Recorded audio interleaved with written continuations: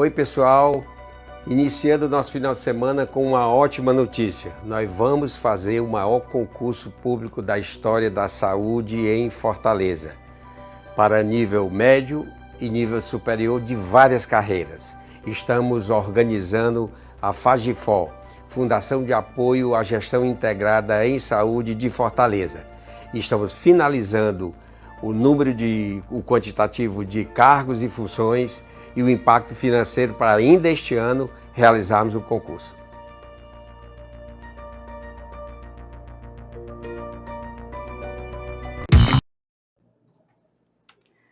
Olá, pessoas do bem! Que bom estarmos aqui novamente, né, juntinhos, neste sábado.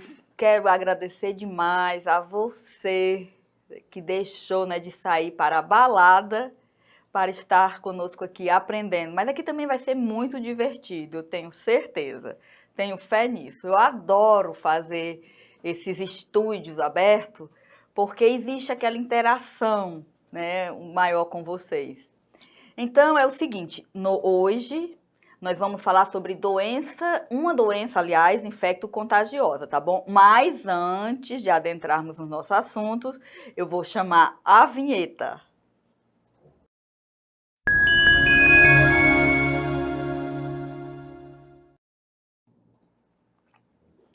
Pronto, já viram a nossa vinheta, que é a segunda coisa mais importante, fora eu, não é verdade? Então vamos lá, gente. Como eu falei no início, nós vamos tratar de um tema que faz parte do grande bloco das doenças infecto-contagiosas. E o que são essas doenças infecto-contagiosas? Infecção é toda doença que é causada por um micro-organismo, por um agente biológico, seja um vírus, uma bactéria, um fungo, um protozoário. E contagiosa é a que existe a transmissão de uma pessoa a outra, tá bom? Então, vamos lá. Hoje, o nosso tema vai ser, vamos para os nossos slides, o nosso tema vai ser cólera. A cólera, que é uma doença que hoje ela é até, digamos assim, considerada, eu acho até que ela é negligenciada, justamente porque já matou muito, né? Antes, quando não existiam os tratamentos, nem os antibióticos, em que as pessoas viviam em condições mais precárias ainda de vida, sem saneamento, enfim. Mas vamos lá, é um tema simples, é um tema que é até breve e que, quando é cobrado nas nossas provas, costuma ser de fácil entendimento.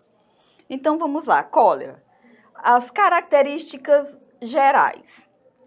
É uma doença, né, intestinal aguda, causada pela enterotoxina do Vibrio cholerae, melhor dizendo. O que é isso, gente? O que isso quer dizer? Enterotoxina. Lembrem-se, isso aqui é a bactéria, mas não é a bactéria em si que causa, certo? A doença. O que realmente vai causar danos é a toxina que ela produz, que essa bactéria produz. Ela vai justamente aumentar, digamos assim, a secreção gástrica, o que causa aquelas fezes diarreicas, tá bom?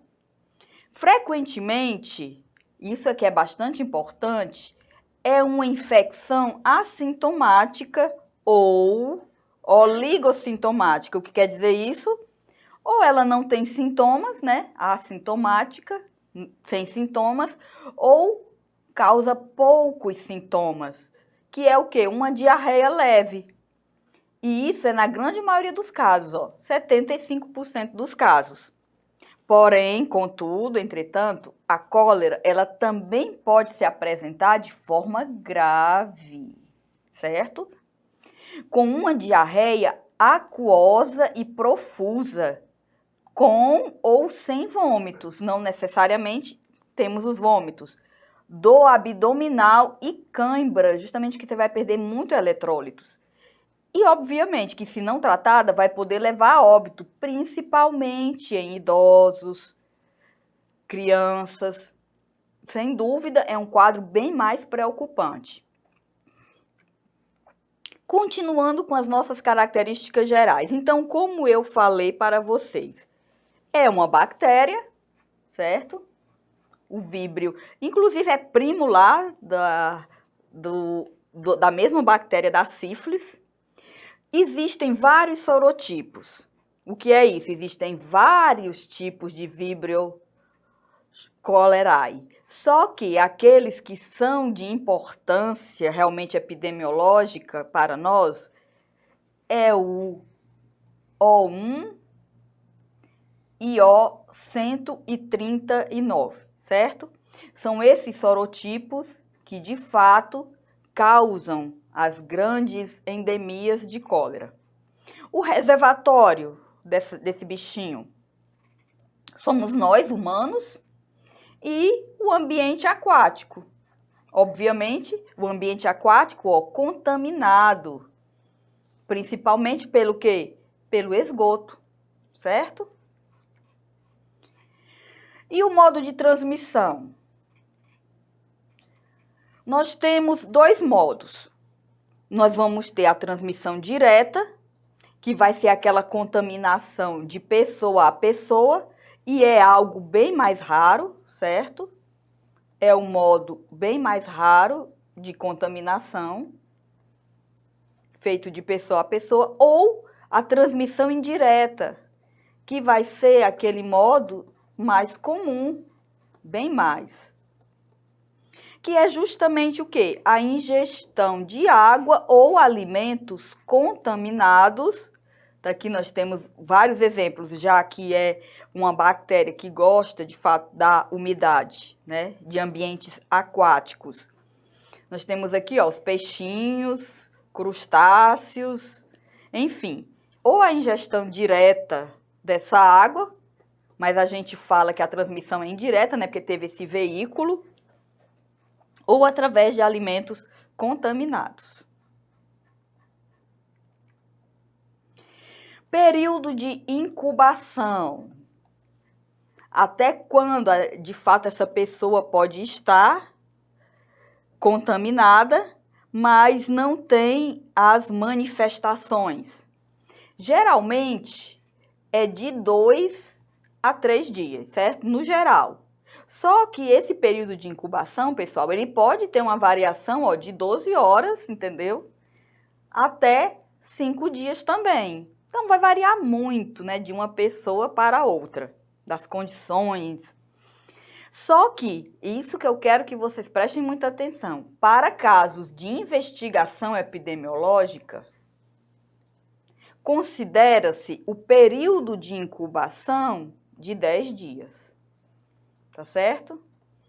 Casos de investigação epidemiológica, o período de incubação aí já sobe para 10 dias. E o período de transmissibilidade, então até quando essa pessoa ela vai continuar transmitindo a bactéria, a cólera? Enquanto houver eliminação, óbvio, né, do agente etiológico nas fezes, o que ocorre, na maioria dos casos, de 1 a 10 dias após a infecção. Então, de 1 a 10 dias após a infecção, certo? Essa pessoa, esse indivíduo, ele ainda vai estar eliminando a bactéria nas fezes. Aí vamos lá, para casos de investigações epidemiológicas foi padronizado, certo? O período de transmissibilidade, ó, de 20 dias. Então, é melhor você pecar pelo excesso, sempre. Digamos assim, é 10 dias, mas, como a gente sabe que existem muitas variações, para evitarmos, né, para sermos realmente precavidos, vamos considerar que esse período de transmissibilidade será de 20 dias após a infecção, tá bom? Para casos de investigação epidemiológica, algumas provas, algumas bancas, elas gostam de colocar isso, viu, gente? Mas para caso de investigação epidemiológica foi padronizado, então nesse caso aqui é período de 20 dias. Cólera, agora as manifestações clínicas da cólera. Quando a gente fala, né, em cólera, vem logo à nossa cabeça justamente o quê? Diarreia. Aquela diarreia forte que o indivíduo tem muitas dores, muitas cólicas abdominais, uma intensa desidratação, mas nem sempre é assim. Como nós vimos, muitas vezes, na maioria dos casos, são o quê? Elas são... a pessoa ela é assintomática, né? Nós vimos. Assintomática, ou então ela tem poucos sintomas, que são os oligossintomáticos. Então, não necessariamente, pessoal, quem está com cólera vai estar naquele estado, né, de diarreia intensa e desidratação. Então, vamos lá, as manifestações clínicas. Vai ter uma diminuição, né, da consistência das fezes. Ou elas estarão líquidas, ou então semilíquida. E vai ter um aumento, certo? Da frequência de evacuação. Mínimo de 3 episódios em 24 horas, por até 14 dias. Aqui, obviamente, nós estamos falando dos sintomáticos, tá bom? Estamos falando dos indivíduos sintomáticos. É óbvio que se ele está assintomático, ele não vai ter isso. Pode vir acompanhada de febre, mas veja, é um caso raro. A febre será um caso raro. E pode também ter náuseas e vômitos. Veja bem, pode vir acompanhado de febre, muito raro, náuseas e vômitos. Como eu disse, não necessariamente terão náusea e vômito. E então, veja bem os casos graves, que vão de 10% a 20%. Nós vimos que os assintomáticos e os oligossintomáticos são cerca de 75%. Nos casos graves, aí sim, nós teremos uma diarreia abundante, e incontrolável. A pessoa realmente não se segura. Tem que... não consegue realmente ter o controle do esfíncter. E vômitos e diarreias de 1 a 2 litros por hora. Então, esse indivíduo, ele está realmente sofrendo um processo intenso de o quê? De desidratação.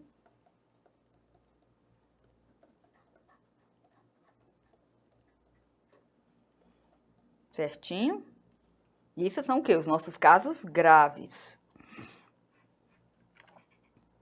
E as complicações? Quem são os indivíduos, as populações que estão mais suscetíveis a ter complicações com a cólera? São justamente, né, as pessoas mais acometidas. O idoso, certo? E claro, o idoso, o sistema imunológico dele, assim como também para ele conseguir sanar, para ele conseguir estabilizar, principalmente uma perda hídrica, é bem mais complicado. Até porque o idoso ele já tem menos água no corpo, né? Nós sabemos que à medida que, quando a gente é bebezinho, nós temos bem mais água, à medida que nós vamos envelhecendo, vai perdendo esse líquido. E que então, se ele, além disso, ainda tem um problema de grande perda hídrica, é claro que a desidratação no idoso vai ser bem mais prejudicial. Pessoas desnutridas. Claro, já pensou? Da mesma forma, o sistema dele, de uma pessoa desnutrida, o sistema imunológico vai estar mais comprometido, terá menos reservas energéticas para poder se recompor e também menos líquido. Então, da mesma forma que no idoso, também vai sofrer mais. Diabéticos. O diabético, gente, eu nem posso, é até irrelevante, porque parece que diabetes, quanto mais a gente estuda, mais a gente percebe o quanto é prejudicial para tudo, né? Já descobrimos relação da diabetes com a tuberculose e, claro, os diabéticos, assim como com várias outras complicações, quem tem diabetes acaba sofrendo mais. Portadores, né, pessoas que convivem, né, com HIV ou AIDS, por ter aquela questão também do sistema imunológico, né, que vai estar mais em baixa. E os cardiopatas, que devido ter esse processo, nessa perda hídrica, também pode vir a sofrer justamente por essa descompensação cardíaca de perder, inclusive, eletrólitos, tá certo? Então, vamos lá, as consequências. As principais consequências da cólera vão ser decorrentes justamente da desidratação. E nós precisamos muito de água, né? O nosso organismo funciona, quase todas praticamente as nossas reações químicas, elas funcionam em meio aquoso. Então, se você está perdendo água, você vai ter praticamente o seu corpo inteiro, todos os seus sistemas vão ser afetados. Uma das principais consequências que advém disso é o quê? É o choque hipovolêmico. Quem está lembrado da nossa aula de choque, nós já temos aí disponível, né, na nossa plataforma a nossa aula de choque, que explica bem direitinho o choque hipovolêmico. O quê? A pessoa está perdendo água, então pouco volume. Pode ter um choque hipovolêmico, condição extremamente grave. Outra coisa também muito séria, necrose tubular renal. Devido não ter a água circulando pelos nossos túbulos renais, o que pode acarretar isso? Uma necrose, né? Morte das células renais. Atonia intestinal. O intestino, ele vai perder a sua motilidade e o seu tônus, né? Por isso que vem a atonia intestinal. Outra consequência também, hipocalemia, a baixa de potássio, como eu falei para vocês, né? Estão perdendo eletrólitos nas fezes. E a hipoglicemia, por isso que complica a situação de quem é diabético, principalmente aquele que faz o quê? O uso da insulina, tá bom?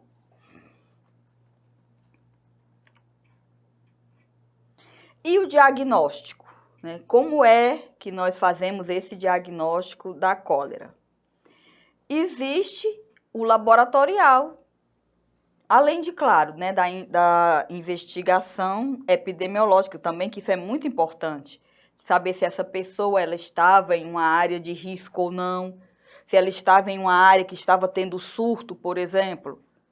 Se o indivíduo tem sintomas clínicos e ele ainda está, né, em uma área, em uma zona que está tendo um surto, as chances dele estar com cólera são bem maiores.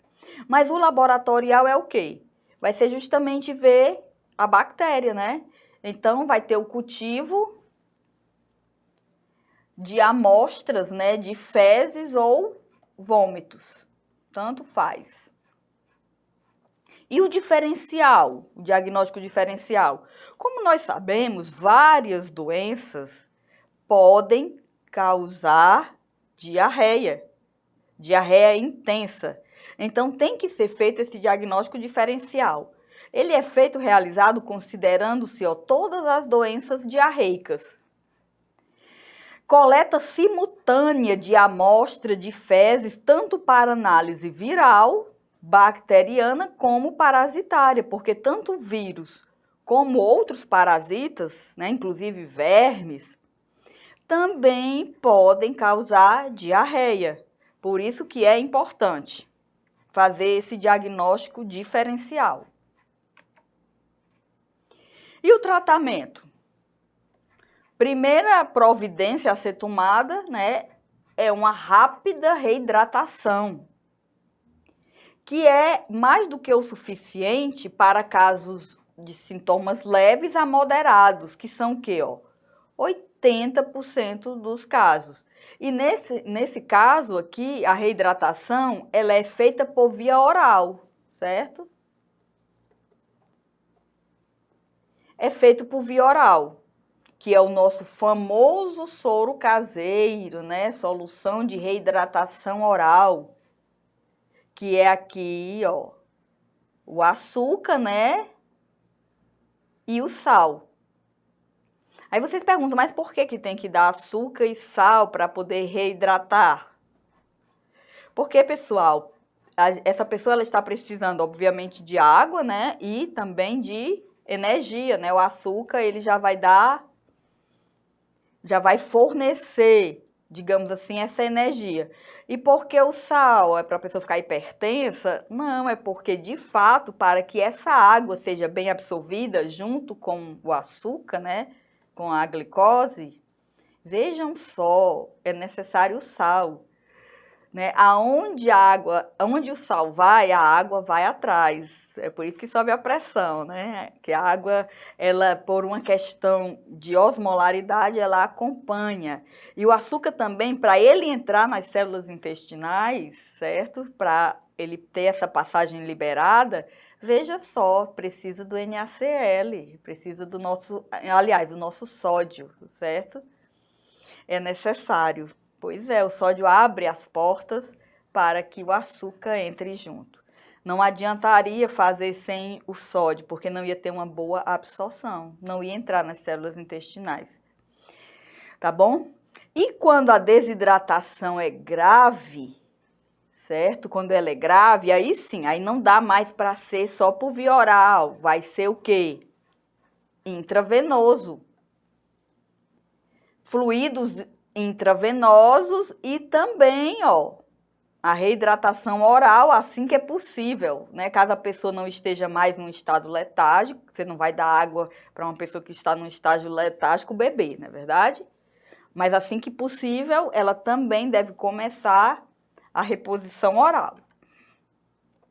Continuando aqui, nós vimos aqui, né, a rápida reidratação, só que em casos de desidratação grave, aí faremos uso de antibióticos. Lembrem-se, se trata de uma bactéria, certo? Então, casos de desidratação grave, em que a pessoa tem pelo menos um episódio de diarreia por hora durante as primeiras 4 horas de reidratação observada. Então, a pessoa está tendo a reidratação oral observada, ou então via parenteral, e ela tem um episódio de diarreia por hora durante as primeiras 4 horas. Então, ela vai ter o quê? 4 episódios de diarreia nas primeiras 4 horas. Também pessoas que já têm outras comorbidades, desnutrição aguda grave, gravidez e etc. Também já é recomendado o uso de antibiótico. E o tratamento complementar, né? Reidratação é a base do tratamento, tá bom? A antibiótico-terapia, ele é um tratamento complementar, certo? A reidratação é a base do tratamento para a cólera. E aqui nesse quadro, que eu coloquei aqui para vocês, é justamente especificando, né, os antibióticos utilizados e as posologias indicadas para o tratamento da cólera. Tá bom? Os medicamentos de primeira escolha, caso as cepas locais sejam sensíveis, né, vai ser a doxiciclina, de 300 miligramas, uma dose única, para crianças com 12 ou acima, né, de 12 anos de idade, e adultos, incluindo as gestantes. Caso a pessoa tenha algum problema com a doxiciclina, pode-se usar a azitromicina de 1 grama, né, também dose única. E para crianças menores de 12 anos, vai ser também a doxiciclina, só que aí já não é 300 miligramas, né? Já vai ser 2 miligramas por quilo a 4 miligramas por quilo dessa criança, também dose única. Como opção, será também a azitromicina, só que vai ser 20 miligramas por quilo, no máximo 1 grama, que é a dose do adulto. Também dose única. E a vigilância epidemiológica. O objetivo aqui da vigilância epidemiológica é justamente o quê? Prevenir, né, a ocorrência de casos e óbitos, impedir ou dificultar a proporção, né, e a propagação da doença e detectar, caracterizar e controlar os surtos. Isso também é importante, as bancas também gostam de cobrar isso aqui, ó, notificação. Todo caso suspeito ou confirmado, certo? Não precisa ter a certeza, ele deve ser notificado, ó, de forma imediata. Então, é uma doença de notificação compulsória e imediata. Quer dizer o quê? Em até 24 horas, tá bom? Medidas de prevenção e controle. Então, se é uma doença que está muito atrelada a água e alimentos contaminados, quando nós pensamos em prevenção e controle, nós vamos agir justamente nesses quesitos. Então, condições adequadas de saneamento básico, onde os esgotos, né, não fiquem sendo despejados diretamente em rios que são usados tanto para o consumo de água de muita gente, como para lavar roupa, cozinhar alimentos. Hábitos de higiene pessoal, que é o quê? Lavar as mãos, né? Lavar as mãos, inclusive, evita muitas doenças, né? Sabemos disso. E manipulação adequada dos alimentos. Isso quer dizer o quê? Higienizar bem esses alimentos antes de consumi-los. Principalmente verduras e frutas. Continuando ainda na prevenção e controle, veja bem. Tratamento da água com hipoclorito de sódio a 2,5%. Colocar 2 gotas da solução de hipoclorito para cada litro de água. Aguardar 30 minutos, então, para beber dessa água. O hipoclorito também ele é usado, né, pessoal, para higienizar vegetais, certo? Antes da gente consumir ele. E também existe a vacina. Só que a vacina, né, não é disponibilizada no nosso Sistema Único de Saúde, tá bom? Existem 2 tipos de vacinas que são orais. Aqui, ó, o garotinho tomando. E ela é recomendada apenas para locais endêmicos, surtos e crises humanitárias, né, com o risco de cólera. Então, quando se tem enchentes, tá bom?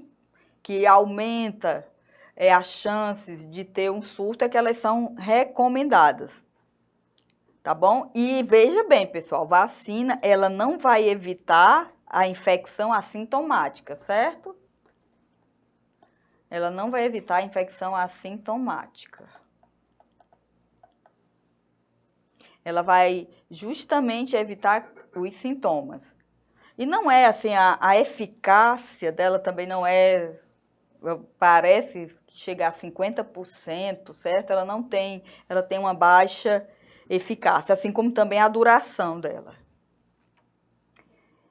Então, pronto, pessoas maravilhosas, né? Nós encerramos por aqui. A gente viu que é uma coisa rápida, né? Cólera, breve, certo? Mas é muito importante estarmos antenados, né, sobre o tratamento, sinais e sintomas, porque as provas ainda gostam muito de cobrar esse tema, tá bom? Então, continuem firmes e fortes com os estudos de vocês.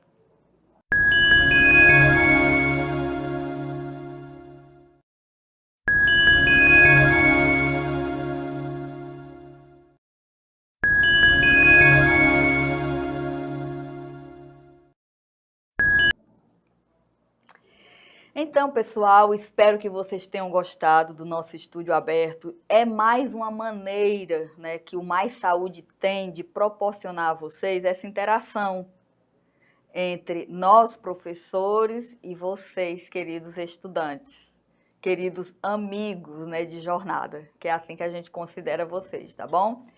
Então, vamos lá. Qualquer dúvida, podem ir lá no Instagram, já sabem, né? Lucélia FA, pode ir lá no direct, que eu vou ter o maior prazer de responder as dúvidas de vocês, tá bom? Então, até o nosso próximo estúdio aberto. Cheiro!